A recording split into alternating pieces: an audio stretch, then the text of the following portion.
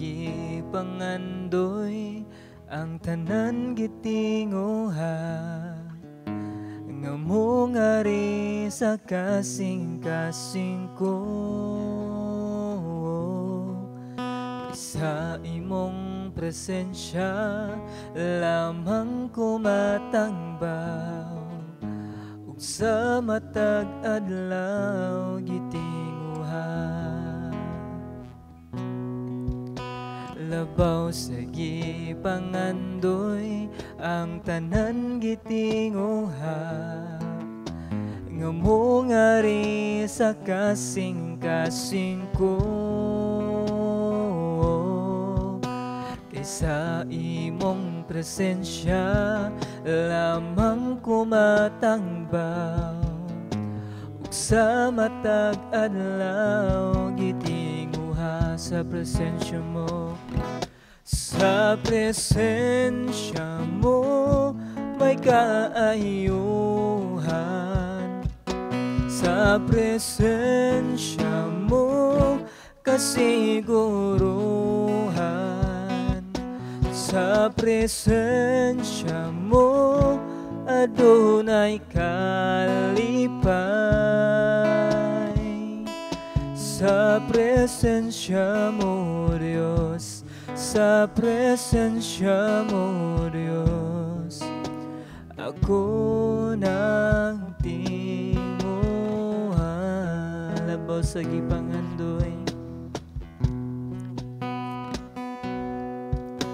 labaw sige pangandoy ang tanan gitinguha nga mo nga ri sa kasing-kasing ko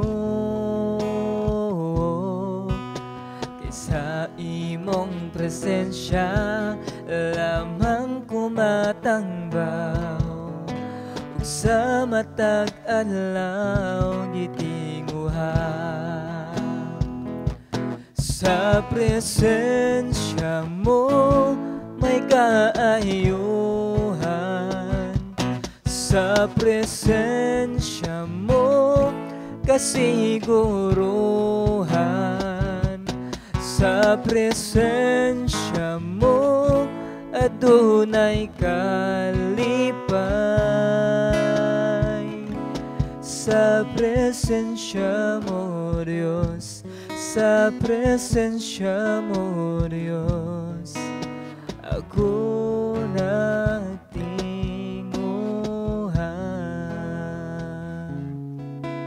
ako nagtinguhan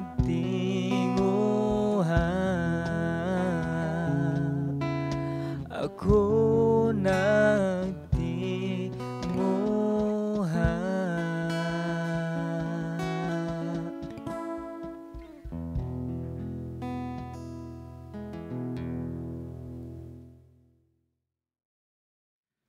Baguhay lang nilabay ang kasaulugan sa mga patay, ang daghan sa mga ato mga kaila, nagselebrar, naghandom sa ilang mga minahal sa kinabuhi nga nangamatay na, o ang uban, tuwalang didto tungod kay naadtog minteryo, tungod kay nakikaon, tungod kay daghang halad.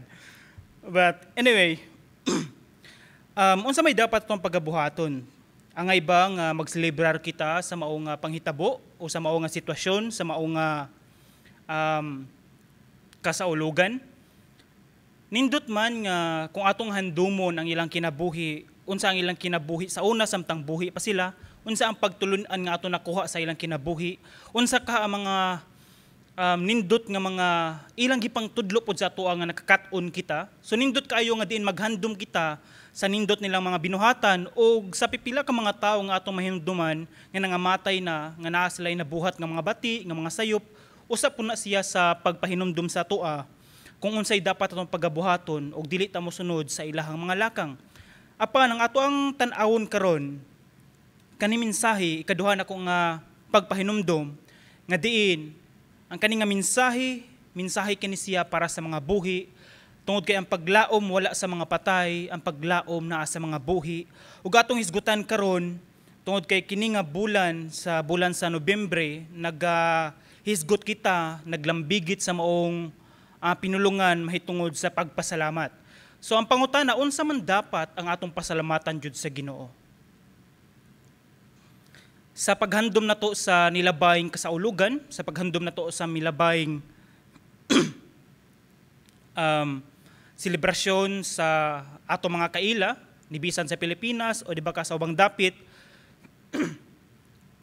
unsa ka ang dapat atong pagabuhaton nga maglambigit sa maong pagpasalamat. Nagpasalamat ba ta sa Ginoo tungod sa ilang kinabuhi? Unsa kay gibuhat pud sa Ginoo para sa atoa nga mga buhi pa?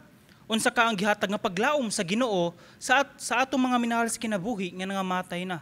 Og niini nga mensahe atong tubagon ang unsa man ang dapat atong pasalamatan ug unsa ang gibuhat sa atong buhing Dios nga naglambigit sa maong kamatayon nga atong handumon og dako kayo nga pagtulon-an ang atong makuha nga makabahin kini mahitungod sa kinabuhi nato human sa kamatayon. Og mao na siya ang pasalamatan nato sa Dios. Atong bagabasahon ng mensahe diha sa Matthew Kapitulo 1, versikulo 21. Nagingon ang mensahe sa Dios. Mga naksiyag, batang lalaki, og nganlan siyag Jesus, kay luwason niya ang iyang katawhan gikan sa ilang kasalanan. Mao na siya ang mensahe nga ato ang pagatan-awon karon apan sa dili pa ta moadto sa unahan, mga itagtabang sa Balaang Espiritu Santo nga giyahan kita niya sa pagtuon nato sa maong mensahe sa Dios niining taknaa. Magampo sa kita. Labing gamhanan ug balaan ng mga Dios niining taknaa kami mapasalamaton o Dios sa imong dako kayong gibuhat sa tagsa-tagsa ng kinabuhi sa imong gugma, sa imong kaluoy. Hilabi na o Dios niining nga mensahe nga among paghisgutan karon nga maglambigit kani sa imong kinabuhi ug unsa ang dapat namong makuha sa tanan nimong sakripisyo, sa imong paghigugma, sa unsa man imong gibuhat nga ibabaw sa cross ug tugoti o Dios nga tanan nga dalunggan karon ana ang kasing-kasing anda mo dawat sa mong mensahe, anda mo aplikar sa mong mensahe ug anda magkinabuhi sa among nadungog gikan sa imong mensahe. Ang imong mensahe padayon magapanlihok sa tanan nga naminaw karon ni bisan ako ubos sa tanang ubos nimong alagad gamita ang ako mga ngabil sa pagsulti sa imong mensahe nga naay gahom kausaban sa tagsa-tagsa ka mga dalunggan nga namati karon. Dalaygon ka o Dios sa walay katapusan sa pangalan ni Jesus. Amen. Amen. So una nga butang nga ato ang pasalamatan sa Dios, atong maghisgot lamang kita diri og tulo ka pagtulunan o tulo ka panghitabo nga atong pasalamatan ang Dios nga kabahin kini kung unsa po diyang gibuhat, kabahin kini kung unsa iyang sakripisyo, iyang paghigugma ug mao ni siyang una sa atong nabasa sa Mateo 1:21. Nagisgot kita mahitungod sa pagkatao ni Ginoong Jesucristo. Magisgot og tulo ka butang B, C, D. B mao ang birth, C is crucifixion or pagpalansang ni Ginoong Jesucristo nga ibabaw sa cross, and D is death or kamatayon og pagkabanhaw ni Ginoong Jesucristo nga ato ang pasalamatan ng Dios mahitungod niini. Atong hisgutan ang Mateo 1:21. So sa atong gibasa kaganina, akong balikon karon, mga naksiyag batang lalaki si Maria og nganlan siyag Jesus. Kay naipasabot niini nga nganlan siyag Jesus, kay luwason niya ang iyang katawhan gikan sa ilang mga sala. So laktod nga pagsulti kung ato siyang tan-awon ang bugtong o usa sa pinakarason ngano si Kristo na tao sa kalibutan, ngano naa si Ginoong Hesus na tao sa kalibutan tungod kay usa sa rason mao na nga kitang tanan makasasala. Sa Roma 3:23 nga diin nakasala ang tanan og nahilayo sa himaya sa Dios, nagpamatuod bisan diha sa Roma 3:10 nga walay matarong ni bisan usa, pasabot ni ana nga kitang tanan makasasala at tubangan sa Dios. Sa Roma 6:23 nga diin nakasala kita ug ang bayad sa pagpakasala mao ang kamatayon. Kamatayon nga mao ang hisgutan nato mao ang physical, spiritual ug kaning kamatayon hangtod sa hangtod. Physical, pasabot aning kamatayon pagkabuwag or pagkabulag or separation. Kung maghisgot tag physical nga kamatayon, ang espiritu mibiya sa lawas. Maghisgot ta og ang espirituhanon nga kamatayon, ang ang espiritu mibuwag, mibiya, ni separate sa Dios. Mao na nga din dagan sa mga tao buhi pa sa kalibutan pero walay relasyon sa Ginoo, patay ang ilang espiritu. Mao na usa sa hinungdan sa maong sala. Pangtulo mao ni siya ang pinaka makaingon ta nga grabe, mao ni siya ang kamatayon or ikaduhang kamatayon, mao ni siya ang eternally or hangtod sa kahangturan buwag or mahilayo ka atubangan sa Dios o sa presensya sa Dios, ug mao ni siya ang kinabuhi ngadto sa impyerno. Ug mao na siya kung atong tan-awon, grabe kayo ang epekto sa sala nga di nagdangat siya o nagresulta siya sa maong kamatayon, sa physical, sa espirituhanon o sa ikaduhang kamatayon. Ug mao nang rason nga doon ngano nga diin si Kristo na tao siya tungod kay luwason niya ang mga tao gikan ni ining kamatayon, gikan ni ining sala. Ug mao nang natao si Ginoong Jesucristo. Ug mao nang usa sa mga butang nga dapat atong tan-awon ug ato ang pasalamatan ang Dios sa iyang gibuhat. Akong ginalambigit ang kaning Nobyembre, tungod kay Nobyembre dagan sa mga tao nagselebrar sa maong kasaulugan sa mga patay. Kung atong ilang bigit nga diin namatay pud si Ginoong Jesucristo, ug sunod sa Nobyembre mao ang Disyembre nga diin kasagaran sa mga tao or kasagaran sa mga nasod naghandom kung unsa ang gibuhat ni Ginoong Jesucristo, na tao siya, namatay siya mahitungod sa libre nga kaluwasan nga gipakita ni Ginoong Jesucristo ngadto sa mga tao. So usa sa mga butang nga atong pasalamatan ng Dios ang pagkatao ni Ginoong Jesucristo para makabaton kita og kaluwasan. Panduha, mao kini siya ang crucifixion or pagpagalansang ni Ginoong Jesucristo ngadto ibabaw sa cross. So pangutana ngano importante man nga si Ginoong Jesucristo ngadto magpalansang siya ngadto ibabaw sa cross. Unsa may buhat, unsa may resulta, unsa may hatag, unsa may tumong niini, unsa may rason, unsa may resulta ngano kinahanglan pa man nga ilansang si Ginoong Jesucristo ngadto ibabaw sa cross. Ang mensahe sa Dios makita nato sa Hebrehanon 9 bersikulo 22 nag-ingon diri, sumala sa balaod, hapit ang tanang butang kahinluan pinaagi sa dugo, ug mapasaylo lamang ang sala kun kini kapaagasan og dugo. Pasabot niya na kung wala pa ang pagpaula sa dugo ni Ginoong Hesukristo ngadto ibabaw sa cross, dili makabaton og kapasayloan ang sala. So si Ginoong Hesukristo namatay ngadto ibabaw sa cross, dili ni makaingon nga nindot nga kamatayon. Ang usa sa pinakapait nga kamatayon sa usa ka tawo o hilabi na sa panahon sa kaniadto, mao kini siya ang kamatayon nga din ilansang ngadto ibabaw sa cross. Ang pinaka-worst pa jud ni ana tungod kay atong panahona si Ginoong Jesucristo gibutangan og tunok sa iyang ulo, and then giduslak sa bangkaw ang iyang tiyan, iyang makaingon ta nga dagan gikulata pa siya, gibunalan pa siya glatigo. Ang bunal na ilang gigamit dili bunal nga kaning smooth siya or humok siya, or ang ilang gigamit kay bunal nga naiputhaw nga diin mo tusok siya sa lawas inagbira madala ang unod. Ingon ana ang giagian ni Ginoong Jesucristo, and then naabot sa punto nga diin na siya nga ibabaw sa cross, namatay siya, nagpaula siya sa iyang dugo nga ibabaw sa cross, and then kinalasan niyang gisulti, amahan ko pasayloa sila, kani mga tawhana pasayloa sila, tungod kay wala sila nasayod sa ilahang gibuhat. Kung atong tan-awon, grabe ang kasakit, grabe ang pagsakripisyo, grabe ang pag-antos ni Ginoong Jesucristo para sa kaluwasan sa mga tao, ug andam pa niya mosulti atubangan sa mga tao nga naa didtong panahona ni bisan sa Dios Amahan nga pasayloon ang tanan nga mga tao nga nagpasakit sa iyaha. Tungod kay ang tumong lamang ni ana nga diin pinaagi sa dugo nga moagas ngadto sa cross, makabaton og kapasayloan ang sala sa mga tao. Ug mao nang usa sa mga butang nga atong pasalamatan ang Dios nga diin iyang giantos tanan. Grabe ang kasakit, grabe iyang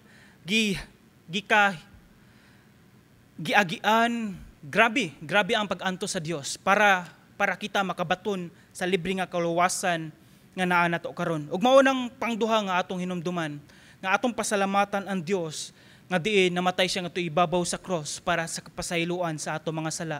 Kay kung wala pa namatay si Ginoong Jesucristo nga to ibabaw sa cross, bisan unsa pay buhaton sa tao, pagbuhat og maayo, pagpalansang, pagsakripisyo, bisan pagsunugon ang atong lawas, bisan pag ibaligya nato tanang kabtangan ihatag sa mga kabus, kaning tanan walay kapuslanan, kung walay kapasayloan, kung walay kapasayloan sa mga sala, kung walay pagpaula nga ito ibabaw sa cross, kung wala pa ang gibuhat ni Ginoong Jesucristo nga ito ibabaw sa cross. So ato nakita nga kinahanglan kita magpasalamat sa pagkatao ni Ginoong Jesucristo, sa pagpalansang ni Ginoong Jesucristo, o pantulo, mao ni siya ang kamatayon ni Ginoong Jesucristo. Wala lamang siya namatay, kundi nabanhaw pod siya, pero ang atong hisgutan karon mao ang kamatayon ni Ginoong Jesucristo. Ang atong mga minahal sa kinabuhi, mga matay sila, maghandom kita sa ilaha, manghilak ta sa panahon nga mamatay sila tungod kay mingawon ta, magunahuna nga ugma, wala na sila. Hilabi na sa atong mga minahal sa kinabuhi, ato abang igsuon, ato abang ginikanan, nga diin kumubiya sila, manghilak ta tungod kay igon lang ta sa paghandom sa kagahapon, igon lang ta sa paghandom sa mga nindot nga mga panahon nga kuyog nato sila. Grabe ang kaguol, grabe ang kasakit, maghuot atong dughan. Napay mga tao nga moingon nga di nako kayang magbuhi pa sa kalibutan kung wala siya. So ato makita niini nga diin grabe. Pero ang ilang kamatayon normal lang nga kamatayon. Apan akong hisgutan karon ang usa sa pinaka-epektibo, usa sa pinaka bililhon o usa ka mysterious nga kamatayon nga diin usa ka kamatayon nga naghatag og kaluwasan sa mga tao. Kamatayon siya nga maghatag siya kinabuhi. So mura siya baliktad, kamatayon apa naghatag siya kinabuhi. Ug mao ni siya ang kamatayon ni Ginoong Jesucristo. Ang kamatayon ni Ginoong Jesucristo, dako kay siya kahimuan sa tagsa-tagsa nato ka kinabuhi. Nibisan sa mensahe sa Dios sa unang Pedro, kapitulo 3, bersikulo 18, nag-ingon ang mensahe sa Dios, kay si Kristo namatay sa makausa lamang tungod sa atong mga sala.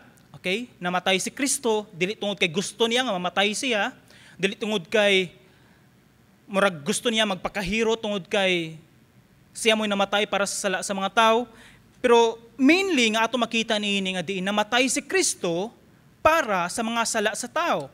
So laktod nga pagkasulti kung ang tao wala makasala, si Kristo nunid mamatay nga ito ibabaw sa cross.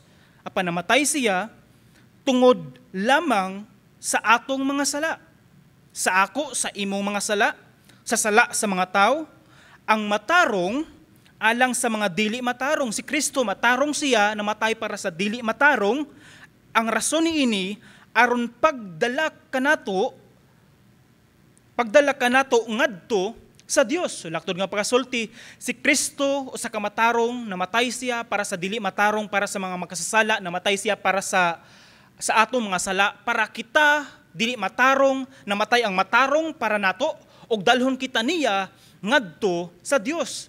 Kung atong tan-awon, ang kamatayon ni Ginoong Jesucristo maghatag siya kapasayloan sa sala sa mga tao, nga posible nga ang tao mo angkon nga nakasala siya, maghinulsol nga nakasala siya, iyang dawaton kung kinsa si Kristo ug unsa ang gibuhat ni Kristo, og makabaton siya og kaluwasan og mabalik ang iyang relasyon sa Dios. So ato makita nini ang bugtong solusyon nga ang tao maluwas lamang sa atong panahon karon mao ang pagtuo og pagdawat ni Kristo isip Ginoo manluwas sa ilang kinabuhi og pagdawat og pagtuo kung unsa ang gibuhat ni Kristo ngadto ibabaw sa cross. So tulo ka ato nakita ang pagkatao ni Kristo, ang pagpalansang ni Kristo, ang pagkamatay ni Kristo, ug ang pagkabanhaw ni Kristo. Pagpakita nga nabanhaw siya, anaa ang paglaom. Kay kung siya Dios namatay, wala mabanhaw, nagpabilin nga walay paglaom ang tao. So nabanhaw siya, anaa paglaom. So para kitang tanan, nga motuog mo dawat ni Kristo, makabaton usab sa maong paglaom, nga si Kristo, buhi siya, Dios siya, at tuwa siya sa langit karon. O kung kita mo biya man ni ini nga lawas, kuyog punta sa Dios kung asa man siya. Og mao na ato makita niini nga diin ang pagkatao ni Kristo, ang pagpalansang ni Kristo, ang kamatayon ni Ginoong Jesucristo, ang paggabanhaw ni Ginoong Jesucristo, nagisgot na mahitungod sa B, birth, C, crucifixion, o sa D, death. Mao ang atong ginaisgutan. And then atong tan-awon unsa ang kinaunhan nga letter o unsa ang kinalasan nga litra, mao ni siya ang A ug ang E, ang A ug ang E. So ang A is mao ni siya ang dapat atong pagabuhaton. So tulo ang kamatayon ni Ginoong Kristo, ang pagkatao, ang pagpalansang, ang kamatayon ni Ginoong Kristo, mao ni siya ang mga butang nga pasalamatan nato ang Dios. Apan unsa man dapat atong buhaton, human nakita nato kung unsa ang gibuhat sa Dios. Naa ba tay dapat buhaton? Naa. Una mao ni siya ang A. Mao ni siya ang A. Accept atong dawaton. Dawaton nga kung si Kristo namatay para sa atong mga sala, atong dawaton nga makasasala kita.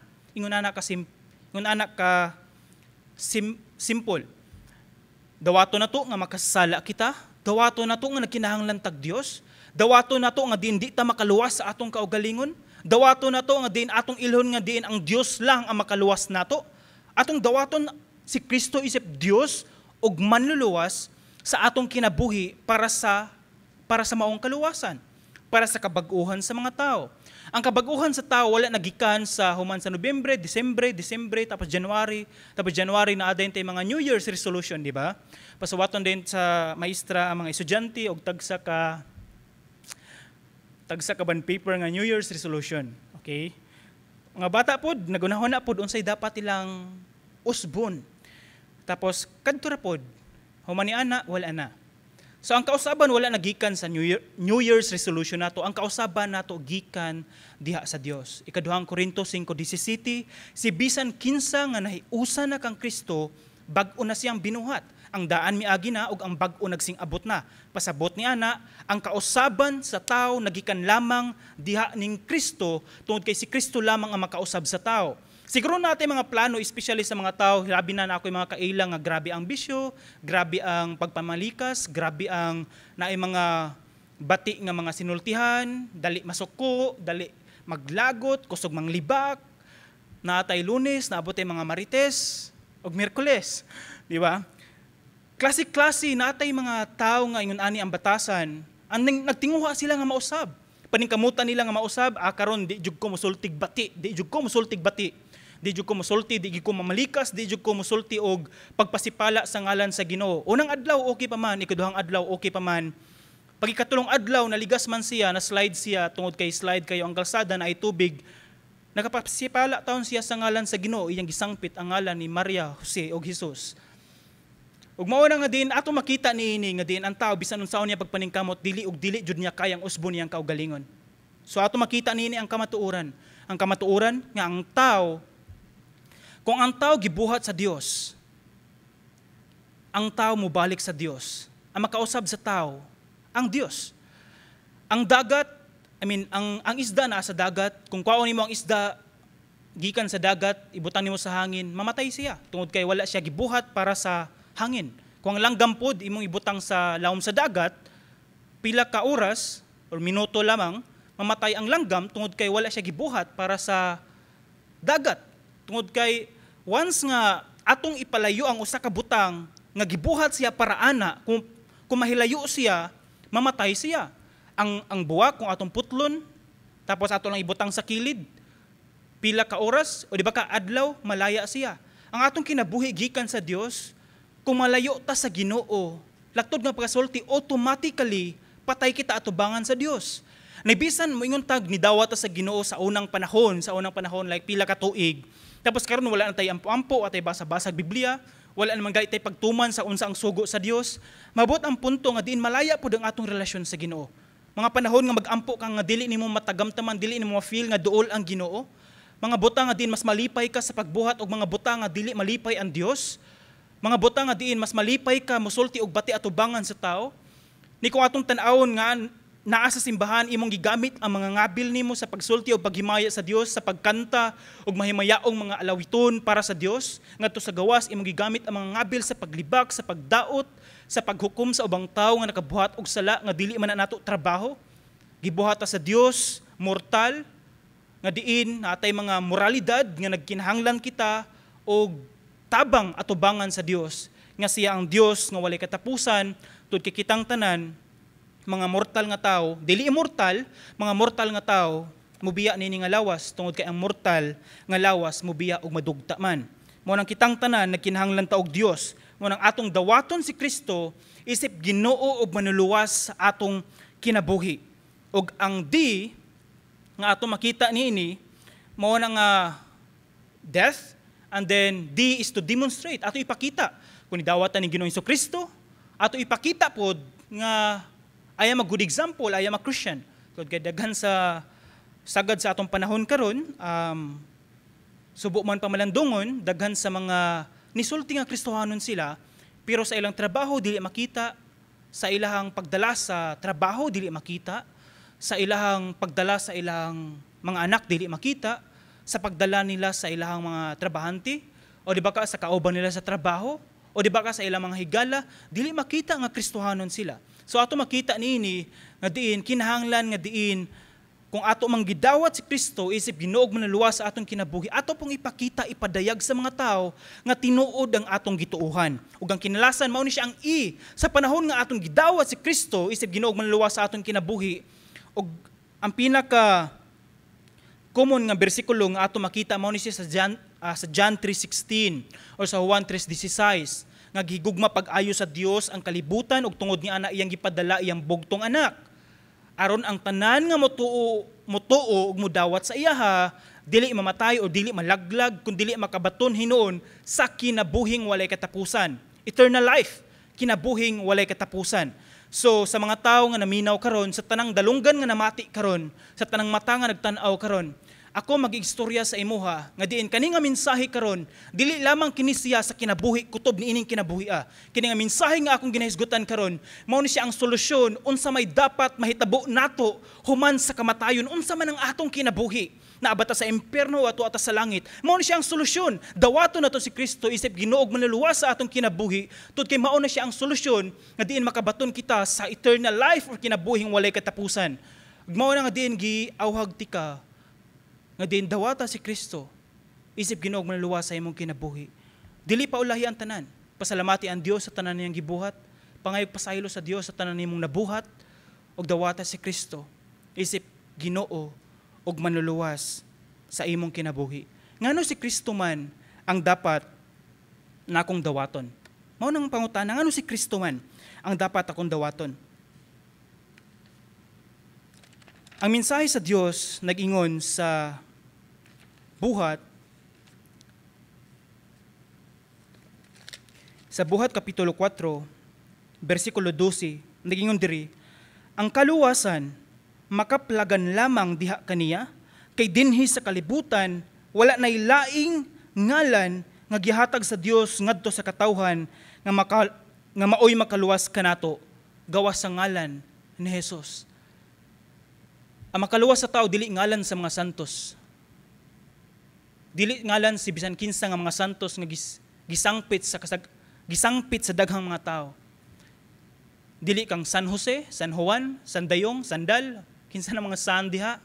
Dili kang bisan kinsa nga mga santos. Walay laing ngalan nga ginahisgutan sa Biblia nga mao'y makaluwas sa tao. Gawas lamang sa ngalan ni Jesus. Kung ganahan ka maluwas, ganahan ka makabaton sa kaluwasan, ganahan ka mausab ang imong kinabuhi, ganahan ka makabaton sa kinabuhing walay katapusan, sayon nga pamaagi, dawata si Ginoong Kristo. Dili lisod. Iyan ang gibuhat ang tanang lisod para sa imuha. Para sayon lang, para sa toa, ang pagdawat sa iyaha ug makabaton kita sa maong kaluwasan. Mao nga pasalamati ang Dios ug dawata si Kristo. Magampo kita. Labing gamhanan ug bala na mga Dios nintak naa o Dios kami nagapasalamat sa imong mensahe nga among nadungog karon sa pagpahinumdum kanamo kanunay nga dili enough Ginoo ang tanan namong pagpaningkamot, dili enough Ginoo ang tanan namong ginabuhat kung maghisgot kami kaluwasan nga maluwas kami pinaagi ni ining tanan, kundi lang imong mensahe nagahisgot nga diin ang kaluwasan gikan lamang ni Ginoong Kristo, gikan lamang nimo o Dios. Og ako Ginoo nagaampo nining adlaw, niining taknaa, niining orasa o Dios sa tanan nga dalunggan nga namati karon Ginoo nga din wala pa sila'y personal nga relasyon sa imo. Ako Ginoo nagaampo nga din imong balaang espiritu magahikap magakumot sa batuon nilang kasing-kasing nga diin ilang makita masinati matagamtaman sa ilang kinabuhi kung unsa ang kaluwasan nga diin makaingon sila nga kinahanglan sila Dios sa ilang kinabuhi, na kinahanglan sila kausaban sa ilang kinabuhi ug mao nang ilang dawaton ka isip Dios og manluluwas sa ilang kinabuhi. Tuguti o Dios sa ako mga kaigsuonan karon nga didawat sa imuha, apan karong panahon na bugnaw na kayo ang ilang relasyon sa imuha, na murabag kalayo nga padulong na mapalong.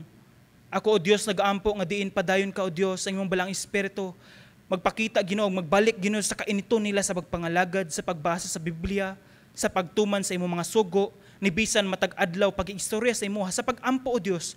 Ako o Dios nangayo og dako kayo nga pabor diha sa imuha nga diin magapadayon ka Ginoo panlihok sa ako mga kaigsuonan nga nahimong bugnaw sa pagpangalagad.